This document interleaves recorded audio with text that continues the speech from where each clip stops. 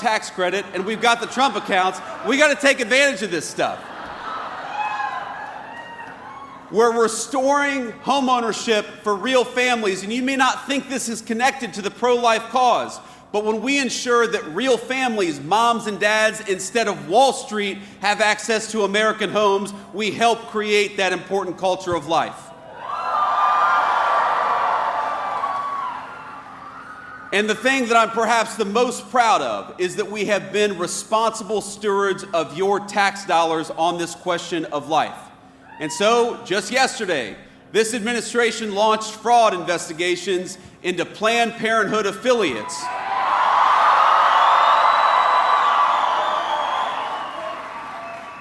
For millions of dollars in PPP loans that were unlawfully received and unlawfully forgiven by the Biden administration. You should not be able to commit fraud and use taxpayer money for abortion. It's that simple.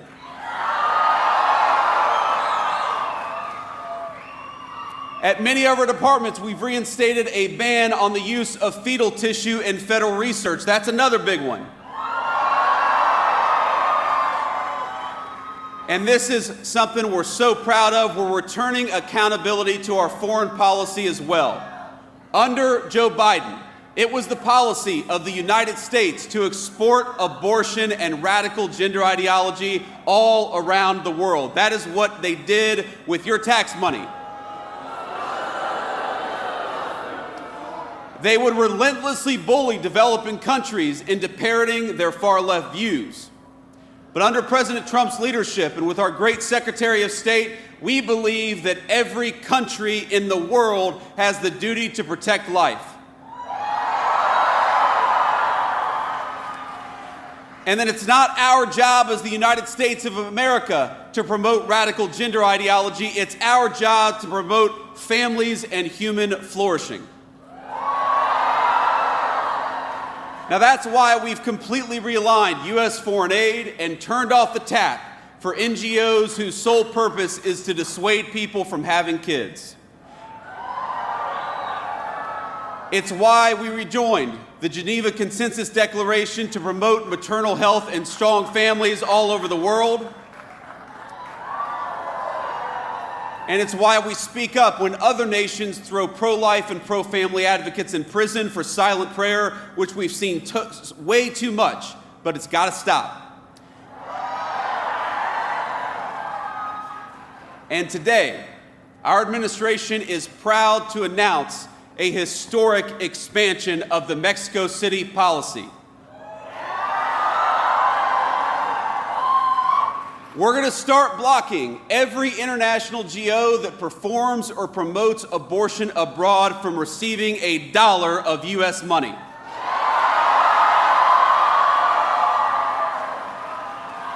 Now, we're expanding this policy to protect life, to combat DEI, and the radical gender ideologies that prey on our children. And with these additions, the rule will now cover every non-military foreign assistance that America sends. All in all, we have expanded the Mexico City policy about 3 times as big as it was before, and we're proud of it because we believe in fighting for life.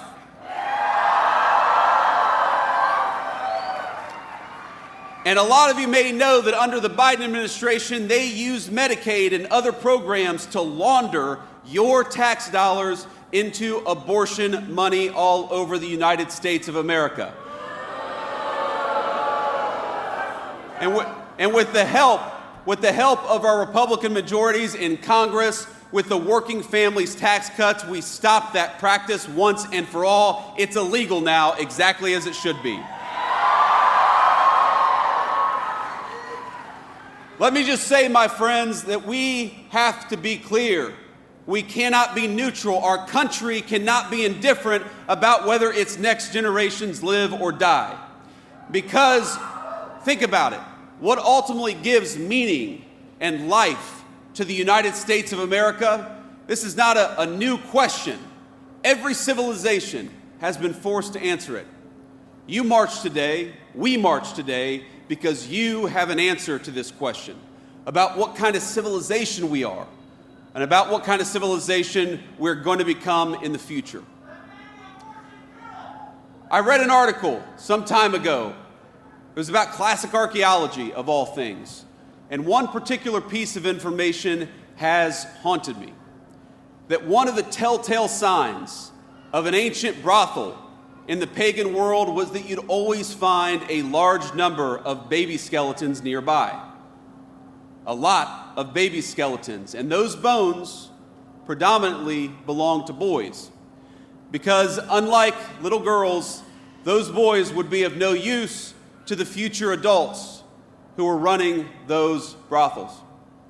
Now, this is shocking to us because we grew up in a Christian culture and were formed by religious values. Even those of us who aren't particularly faithful, it's a shocking thing to hear. But we have to remember that in the ancient pagan world, discarding children was routine. From the skeletons in brothels to the child sacrifice of the Mayans, the mark of barbarism is that we treat babies like inconveniences to be discarded rather than the blessings to cherish that they are. But the inheritance of our civilization is something else. The fact that, as Scripture tells us, each life is fearfully and wonderfully made by our Creator.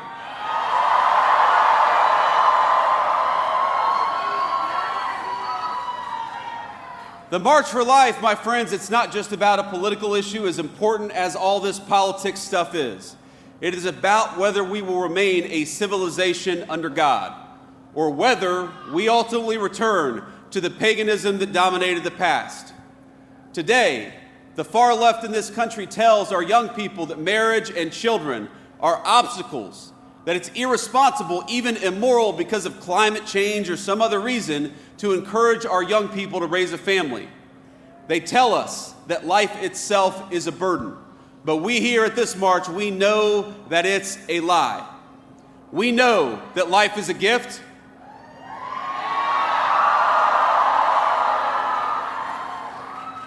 We know that babies are precious because we know them and we love them and we see the way that they can transform our families. We know that family is not just the source of a great joy, but it's part of God's design for men and women, a design that extends outward from the family to our neighborhoods, to our communities, and to the United States of America itself.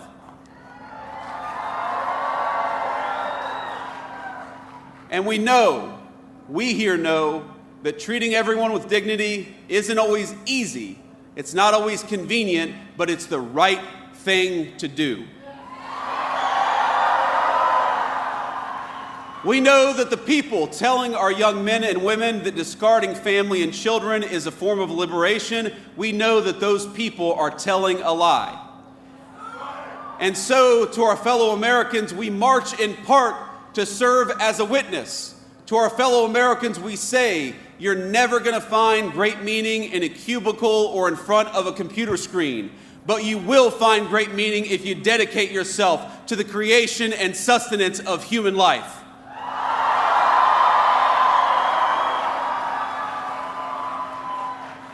Now, I must address an elephant in the room, and I've heard the guy over here talking about it.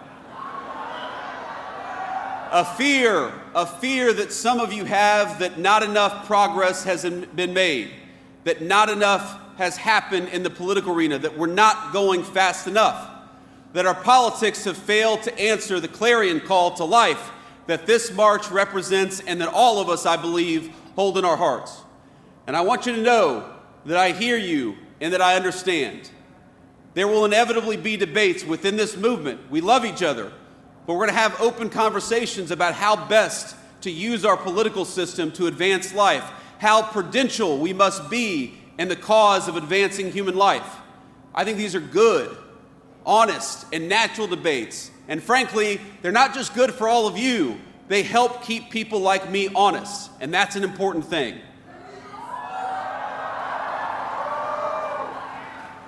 But I think all of us also have to remember that we are commanded to let not our hearts be troubled. Because I look at this crowd and I see young people for whom Dobbs is the only world they've ever known.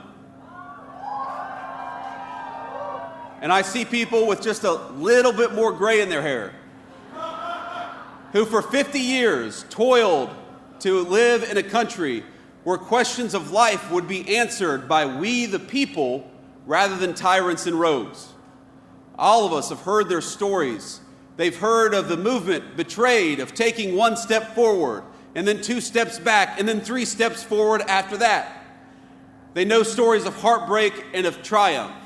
Some of them I've known very personally from ballot issues that I fought very hard for, some of which have gone the right way and some of which have gone the wrong way. And I remember friends of mine who spent their entire lives fighting for the unborn without ever seeing the victories that have accumulated in recent years. My friends, I'd ask you to look where the fight for life stood just 1 decade ago. And now, look where it stands today.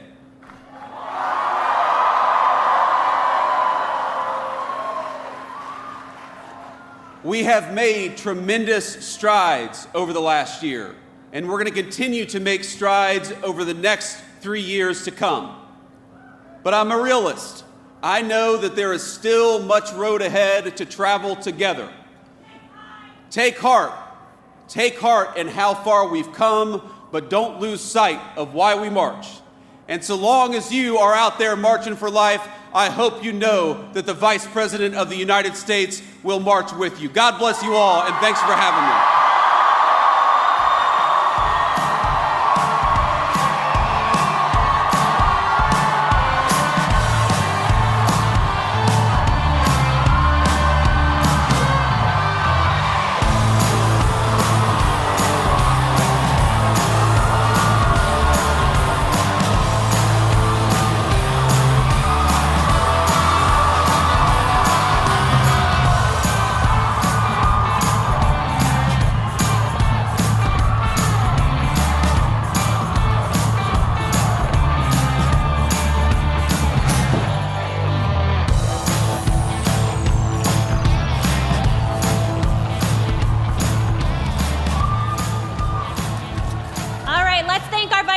One more time for coming to march with us today.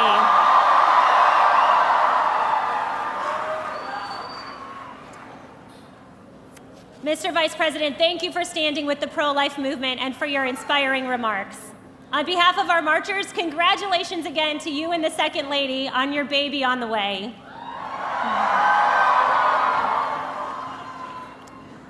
Joining me now on stage are courageous pro-life leaders and members of the United States Congress. I'd like to take a moment to recognize and thank each one of them for standing with us today and for their crucial work protecting babies and supporting moms. We are joined today by Congressman Andy Harris from Maryland,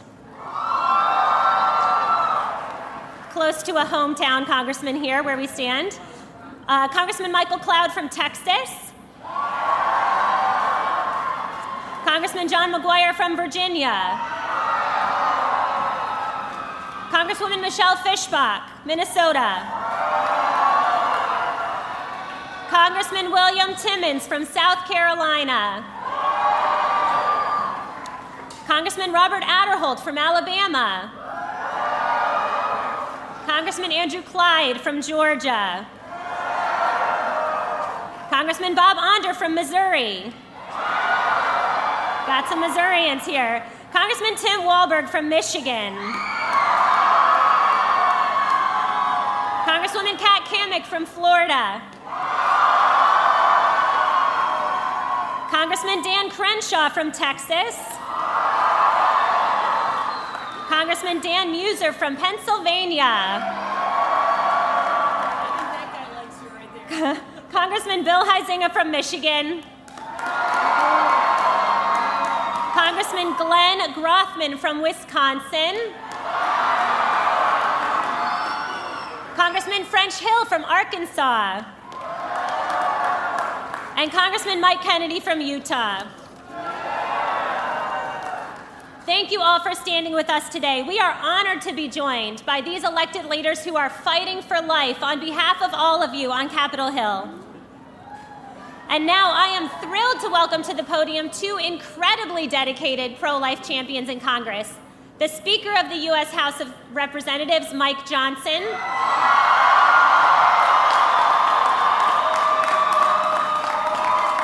U.S. Representative Chris Smith. Speaker Mike Johnson is a Republican member of Congress, proudly serving Louisiana's 4th District. You have some friends out there. He's a dedicated husband and father, an attorney, and has devoted his life to fighting for the fundamental freedoms and traditional values of the United States. His leadership has been indispensable for the cause of life, especially last summer when he led the House of Representatives to vote to defund Planned Parenthood.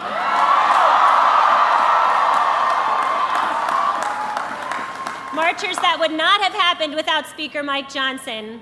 We also were so blessed last year to hear your personal testimony, Mr. Speaker, about your parents choosing life when they were expecting you. So thank you for returning. After him, we'll hear from Congressman Chris Smith, who represents New Jersey's 4th District and has chaired the Congressional Pro-Life Caucus for over 4 decades, longer than many of you have been alive, tirelessly working on behalf of the unborn and their mothers. He has also spoken at every March for Life for decades as a devoted friend to the cause of life. Following Speaker Johnson and Congressman Smith, we'll watch a video greeting from Senate Majority Leader John Thune, who is out of town today but wanted to be with you in spirit, another dedicated advocate for the unborn. Now, please help me give a warm welcome to Speaker Johnson and Congressman Chris Smith.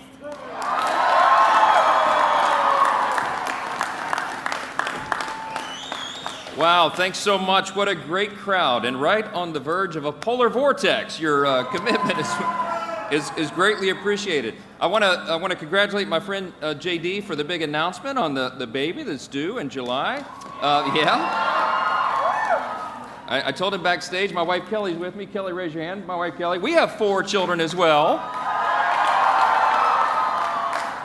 We all celebrate life in word and in deed, and we're so glad that you are here to prove that. This is an important weekend. It always is, because we welcome the opportunity to recommit ourselves to this cause of life and to remember why it is we gather in March in the cold weather. It's important for us to stand together. And my friends, it's especially important this year because, as you know, this is the year we celebrate our nation's 250th birthday, the greatest nation in the history of the world. The thing that we celebrate about America, there's so much for which we are blessed and we're thankful for, but the thing that we remember, especially at this time, is the foundational truth of America, the bold statement of faith that set this experiment in self-governance, this independent country along its way. We celebrate the self-evident truth that all people, every single person is made by God. We are made by our Creator. Yes. The founders understood that we are made in the image of our Creator and that He is the one that gives us our inalienable rights, the rights to life and liberty and the pursuit of happiness. Our rights do not derive from the government. They derive from God Himself, and we need to remind everybody of that. We celebrate that premise here today and every day because we understand that is what makes America unique and special, the idea that we are made in the image of God, and we owe our responsibility to Him as well, and we have to exercise that freedom in a responsible manner. This moment is truly an historic one for the pro-life movement, and you all know that. For the first time since Roe v. Wade was reversed, we have the White House, the Senate, and the House all working together to deliver meaningful and historic pro-life victories. And just consider, as the Vice President was saying just a moment ago, just consider what 1 year of common sense pro-life leadership can actually accomplish. With President Trump and Vice President Vance, the Republican team is making and taking a new approach. For the first time, our greatest metric of success is not just the size of the gross domestic product or highs in the stock market. It is the strength of the American family again. That's what we've brought back. We measure our success on the number of lives we save and the lives we improve and uplift with common sense, life-affirming policies. It's you, my friends, who will help us to usher in America's new golden age, as President Trump says. And as Vice President said here, Republicans are working hard to deliver on the mandate that you gave us in the last election to make it easier than ever before to raise a family in this great country of ours. And because we know that support for American families doesn't end at birth, our policies reflect this. With the Working Families Tax Cuts, for example, we passed the most pro-life and pro-family legislation that has been signed into law in decades, and we did it on July 4th last year. We worked hard, this group of legislators behind me and all of our colleagues, we worked hard to expand the child tax credit, to enhance the adoption tax credit, and we launched the first of its kind Trump investment accounts for every newborn in America. Thanks to this bill, we also delivered the largest middle and working class tax cuts in the history of this country. And yeah, that's right, worthy of applause. We put more money in your pocket, and you can decide what's best for your family instead of government bureaucrats. We also achieved something that is totally unprecedented, and it was mentioned a little bit earlier, and we should say it again. For years now, we know that Medicaid funds have skirted the essential protections under the Hyde Amendment and funneled tax dollars to abortion providers. And we said no more. And in the Working Families Tax Cut, the big, beautiful bill, for the first time ever, we finally defunded big abortion, and it was a long time coming.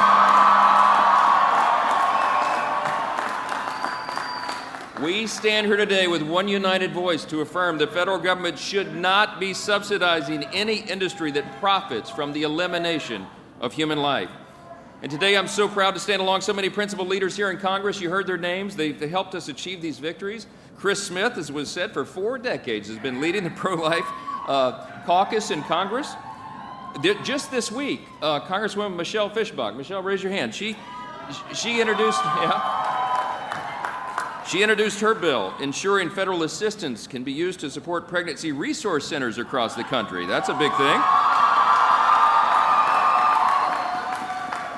We know how important those centers are to give hundreds of thousands of pregnant women and moms a choice in the care they receive. Another warrior, Congresswoman Ashley Hinson, passed her bill, the Pregnant Students' Rights Act, which equips young women finishing their education with the resources they need to choose life. I could go on and on, yes. I could be up here all day telling you about all of the things that are being done, but you need to know, in summary, that we are fulfilling our promises. And that promise that is central to what we stand for is to protect the sanctity of human life. We contend these warriors, and I tell you what, in the election cycle coming up this year, we're going to send some more pro-life champions here to Congress.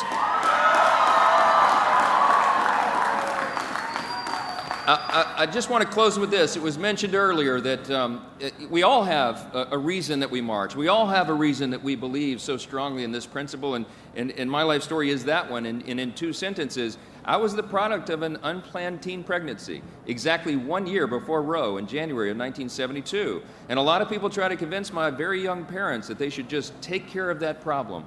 But I am eternally grateful that they allowed me the chance at life.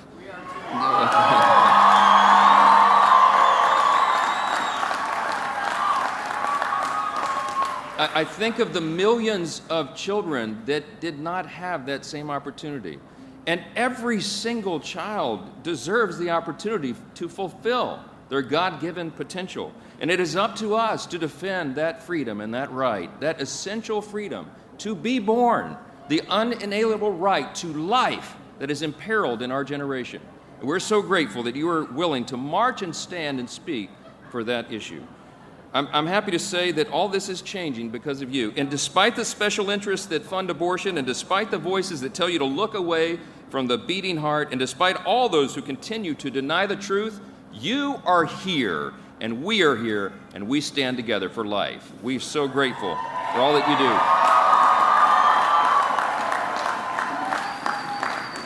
Every single one of you has the power to change hearts and minds and ultimately to save lives, and we can never forget that, and I know that you want. I want to thank you all for coming out, braving the cold and the weather that's on the way. It's worth it. We're going to save lives together. God bless you all. May God bless the United States of America.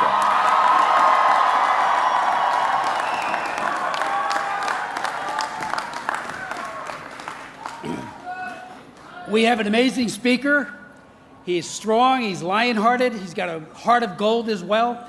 And does he ever lead effectively, especially now that we have such a narrow majority? He's just amazing. Steve Scalise, a great majority leader. We have a leadership that is second to none. I've been here since Ronald Reagan's first election, 1981.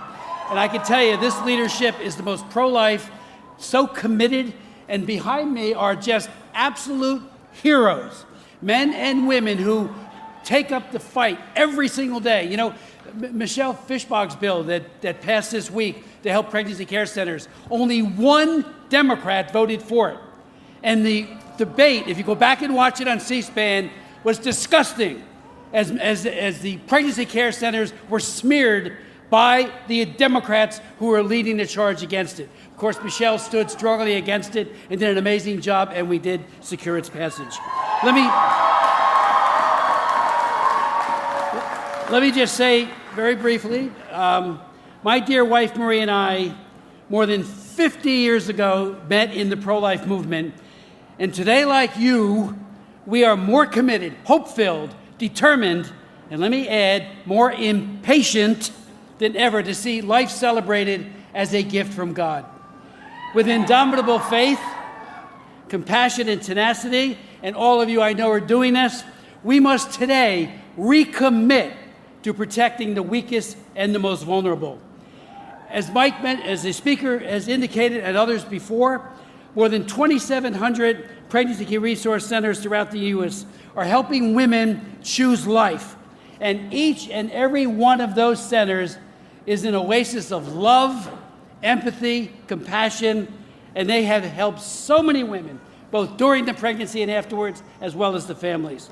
Yet, all over the country, especially in my state of New Jersey, there's an all-out effort to shut them down, which is outrageous. The smears that are being borne by the pregnancy care center community are unconscionable, and we need to push back as never before to protect them. Let me remind everybody that the Knights of Columbus did another Marist poll, and it did find that 84% of Americans, including 75% of Democrats, support pregnancy care centers. Let me just say briefly, and I know you know this, and I hope the media takes more note of it as this day and these days go on, but the purveyors of death and their enablers in politics and academia and elsewhere aggressively foster a culture of death, and they do employ a seemingly endless array of deceitful tactics, often the big lie, to trivialize and mask the cruelty of abortion. The abortion pill, mifepristone, is baby poison that kills the unborn child by starving the baby girl or the baby boy to death. That's how it works. Starvation, a pill to starve another human being. We now know that the abortion pill, and we've long suspected this, is extremely dangerous to women. And I ask the media, investigative reporters, start uncovering or get rid of this cover-up that we've had since the Clinton administration. The Ethics in Public Policy Center released that historic report that found that, called The Abortion Pill Harms Women, and they found that over 10% of all women who take that pill have very serious adverse events because of it, including sepsis and hemorrhaging. FDA says it's 0.5%. Those numbers were cooked up by previous Obama and, of course, the Clinton and then into the Biden administration. That's got to stop. We've got to unmask this herder, this killer of women, as well as the adverse effect it's having. Let me just conclude. And you heard it from our vice president so eloquently in his remarks. But President Trump's new comprehensive Protecting Life in Foreign Assistance, also known as the Mexico City policy, and as you know, it got its name because Reagan sent a delegation to a UN conference in Mexico City, and at that, Senator James Buckley and others announced this tremendous policy of no longer supporting any organization that promotes or supports abortion. And then, though, it only applied to family planning, about $500 million. Trump, in his first term, put all global health under that, That was about $9 billion. And today, he's putting all foreign assistance, about $30 billion, under the Mexico City provisions. And that means that the Planned Parenthoods, the Marie Stopes Internationals, and all of these other hideous groups that kill babies, promote the killing of babies, every day of the week, they do it here in Washington, they do it in foreign capitals, are defunded by this administration.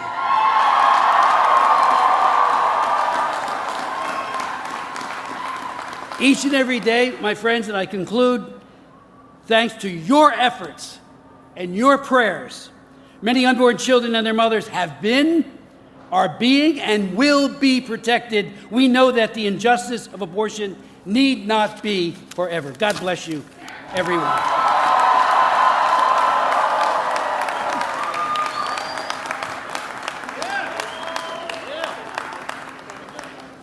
Hello, marchers. I'm very sorry I couldn't be with you all today, but I wanted to send my greetings. My greetings and my gratitude to all of you for making your way to D.C. from every corner of the country to stand up for the right to life. You are here today to witness the great truth that every human being, no matter how small or vulnerable, is infinitely valuable, created in the image of God. Before I formed you in the womb, I knew you, the Lord says in Jeremiah. Before you were born, I set you apart. Abortion is an evil that's too often brushed to the side. But you all are ensuring that we don't brush it aside. And I am proud to stand with you. And I am very proud to be able to say to you today that in 2025, for the first time ever, Congress defunded big abortion. With the Working Families Tax Cuts, Congress enacted the first pro-life law in decades. And thanks to that landmark legislation, this year some of the nation's largest abortion providers, including Planned Parenthood, are prohibited from receiving Medicaid funding. The organizations that have turned the killing of babies into a business are cut off. Next week, we'll be considering legislation to ensure that pregnant college students have access to the support that they need to carry their baby to term and to care for their child. And I pledge to you that as Majority Leader of the United States Senate, I and my pro-life colleagues will continue to do everything we can in Congress to support moms and protect preborn children.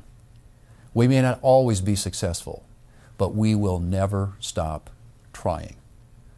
Thank you all for being at the march today, and God bless you all as you stand up for the great gift of human life.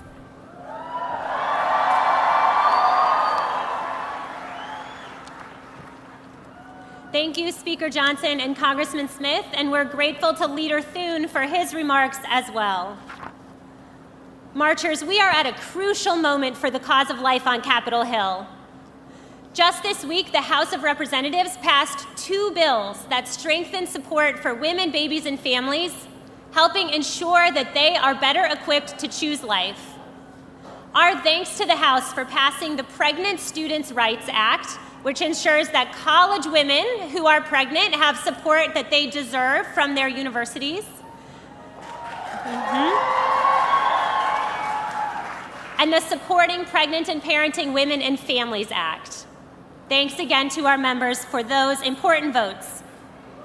But now, we have a lot more work to do. So now, today, marchers, you have an opportunity to contact your senators who are right in the middle of debates and discussions about health care in America, and ask them to ensure that any and all government funding for health care, whether that's funding for insurance coverage or funding directly to consumers, is protected by the long-standing Hyde Amendment.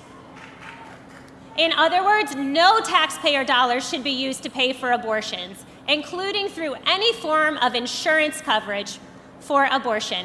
If Hyde is not included, there should be no health care deal. So here's what I'm going to ask you to do. I know your fingers are cold, but pull out your cell phone right now. Take your gloves off if you have to. I know some of you are young enough that you don't carry cell phones, and that's fine. You have an exemption, but everyone else, can you pull out your cell phone and hold it up so I can see it? All right, good. I see a lot of phones here. All right, so here's what you're going to do. Text MARCH to 73075. You'll be taken directly to a platform where you can send a message to your senator that you want them to support the Hyde Amendment and reject any health care proposal that would allow taxpayer dollars to be used for abortions or insurance coverage of abortions. This is really important and extremely timely. I'm sure you've been reading about this in the news quite a bit lately. So let's let your senators hear the voices of Marchers for Life today. Open your texting app, type MARCH, M-A-R-C-H, and send it to 73075. Can you hold up your phone once you've done that? Yes, look at all of that strong advocacy out there. March to 73075 to be a voice for the voiceless. Together, we will send a powerful message to your senators that we want them to stand firm and be courageous for life. Thank you, marchers, for your engagement on this important issue. You will make a difference. Now I'd like to welcome some very special guests to the stage.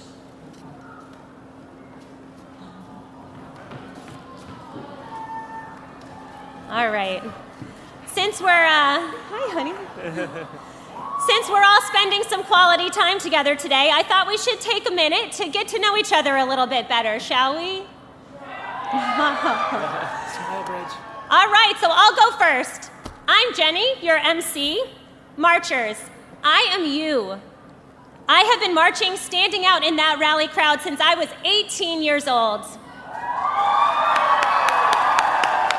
I know what it took for you all to be here. I know how far many of you drove, how much you sacrificed to be here, how many of you probably didn't sleep that well last night because you slept on a bus or on a floor somewhere. And I know how cold you are. Thank you, thank you, thank you.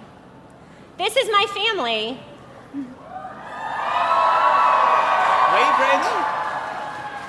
They work and pray and sacrifice alongside me because they love the March for Life too, and they believe so deeply in the preciousness of every baby in the womb.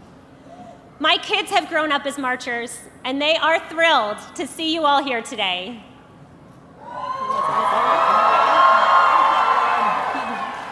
All right, now it's your turn. If this is your first National March for Life, could you please make some noise?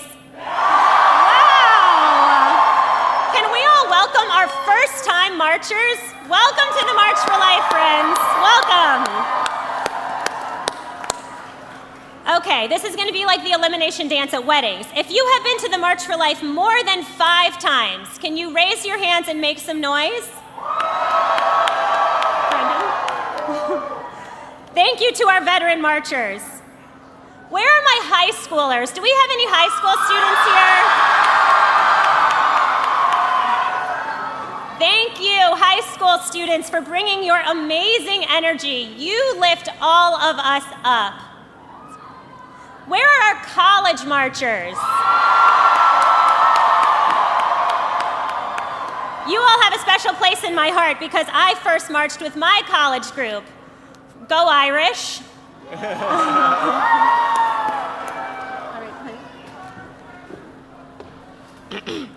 Hello to all of the kids that are here today.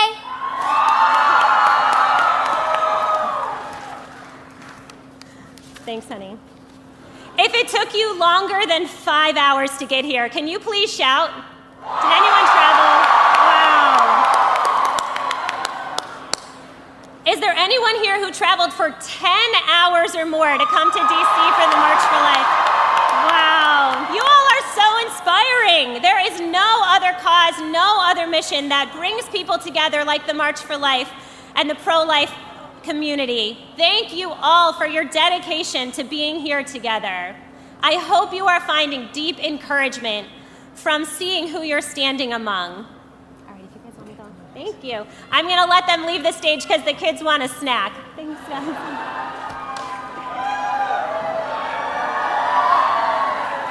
Okay.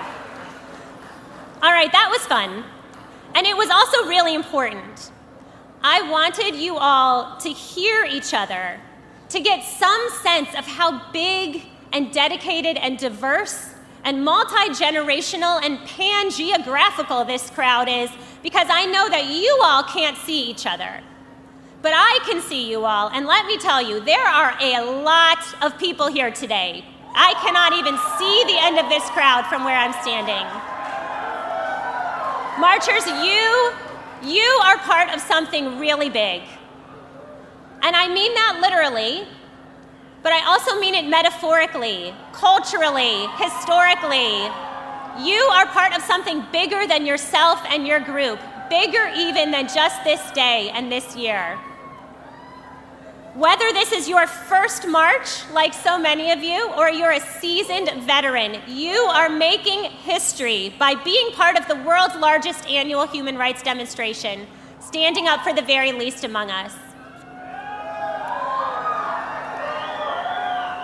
Now, today is the 53rd March for Life. We celebrate that longevity and the great tradition that we are privileged to be a part of. We truly stand on the shoulders of so many giants and so many saints in this fight for life. But we also know, 50 is the new 60 and all of that. Maybe it's the other way, 50 is the new, no, and I think I had it right. We also know that the March for Life and the pro-life mission never age, right? This cause is ageless and it never goes out of style. Our mission is as fresh and important as the gift of life itself. When we think back on those 53 years, millions and millions of Americans have stood in this place and marched for life over the course of those years. Hundreds of speakers have stood on this stage. Some of them have been very high profile.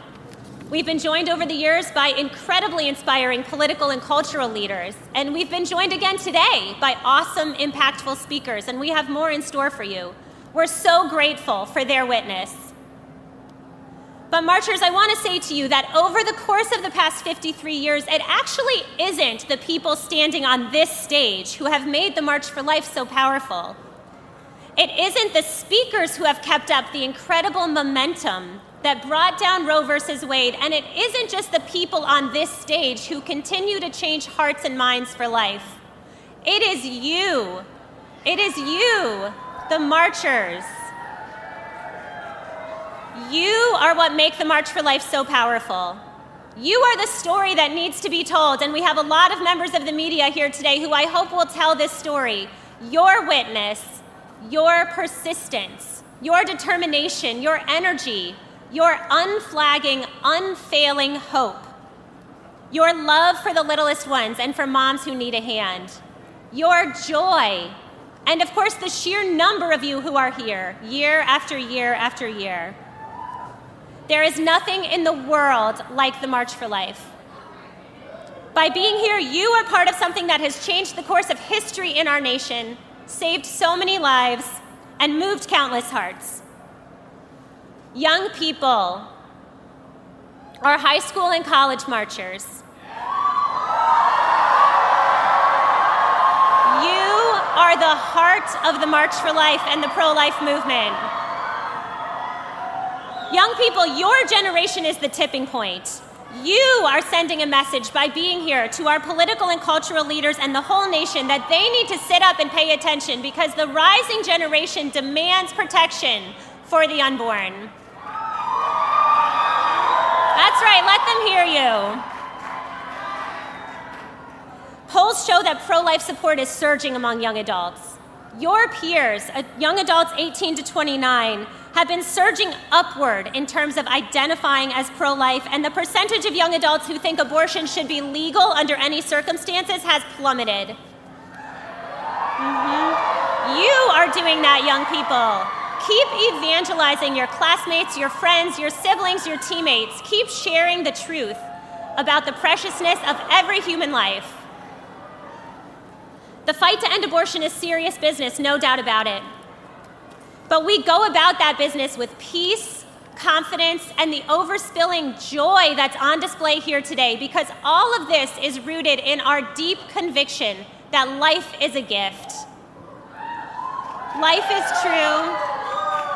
Life is true, life is beautiful, and life is so, so good. No matter the circumstances, life is a gift. Marchers, that's our theme today. That's the banner under which we're marching for today's 53rd Annual March for Life. Life is a gift. Please enjoy our theme video for this year. Life is why we march, with joy, with conviction, with purpose. Because life, all life, is a gift. But before the cheering crowds, the homemade signs, and the celebration, it all starts with a heartbeat, a single moment that changes everything.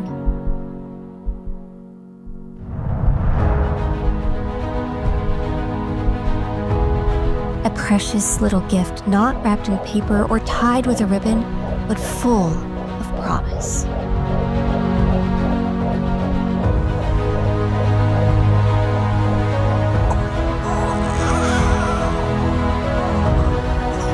Every life is a gift, even when it's unexpected, even when the timing feels off, even when it's hard, even when the world says otherwise.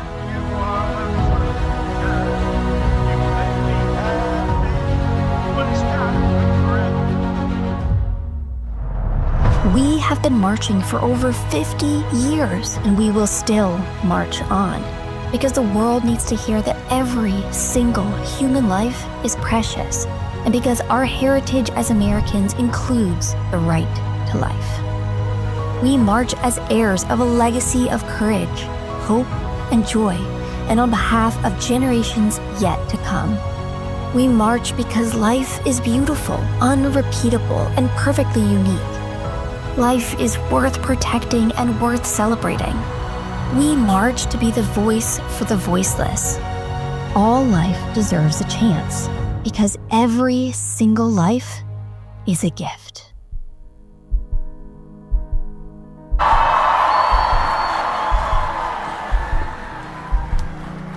Now I am pleased to introduce to you Miss Elizabeth Oliver, President of Georgetown University Right to Life.